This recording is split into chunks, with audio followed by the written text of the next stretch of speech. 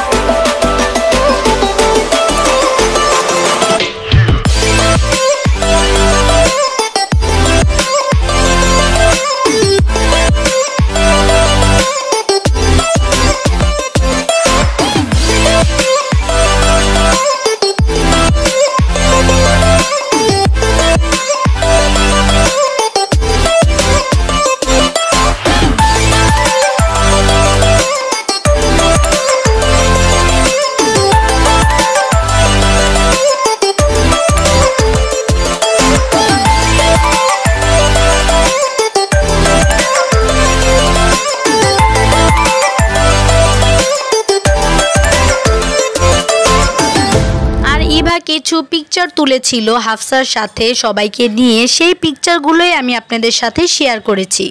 যেহেতু আমি আমাদের নতুন বউ হাফসাদের বাসায় যেতে পারিনি, তার জন্য ইভা যেভাবে পেরেছে যতটুকু পেরেছে আমার জন্য ভিডিও করে এনেছে। যেহেতু হৃদয়ের হলুদের প্রোগ্রাম শেষ, তো এখন আমরা সবাই মিলে একসাথে হয়ে গান ছেড়ে একটু নাচানাচি করব, আনন্দ করব। হলুদের প্রোগ্রামের ব্যস্ততার কারণে আমি আমার সাহেবের সাথে কোনো পিকচার তুলতে পারিনি, ভিডিও করতে পারিনি। তাই এখন যেহেতু একটু ফ্রি আছি, তাই তার সাথে কিছু পিকচার তুলেছিলাম এবং একটু ভিডিও করে নিলাম।